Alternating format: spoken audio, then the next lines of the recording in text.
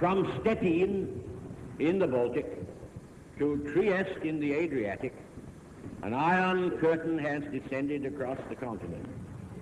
Behind that line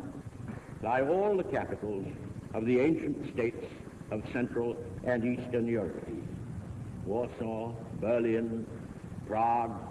Vienna, Budapest, Belgrade, Bucharest, and Sofia. All these famous cities and the populations around them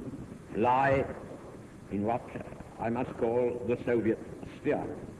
And all are subject, in one form or another, not only to Soviet influence, but to a very high and in some cases increasing measure of control from Moscow. An attempt is being made by the Russians in Berlin to build up a quasi-communist party in their zone of occupied Germany by showing special favors to groups of left-wing German leaders. At the end of the fighting last June, the American and British armies withdrew westward in accordance with an earlier agreement to a depth at some points of 150 miles upon a front of nearly 400 miles,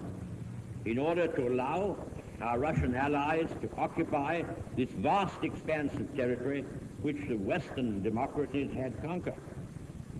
If now the Soviet government tries by separate action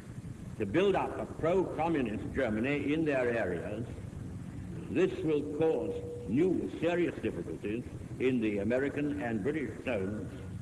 and will give the defeated Germans the power of putting themselves up to auction between the Soviets and the Western democracies. Whatever conclusions may be drawn from these facts, and facts they are, this is certainly not the liberated Europe we fought to build up, nor is it one which contains the essentials of permanent peace. On the other hand, ladies and gentlemen, I repulse the idea that a new war is inevitable, still more that it is imminent.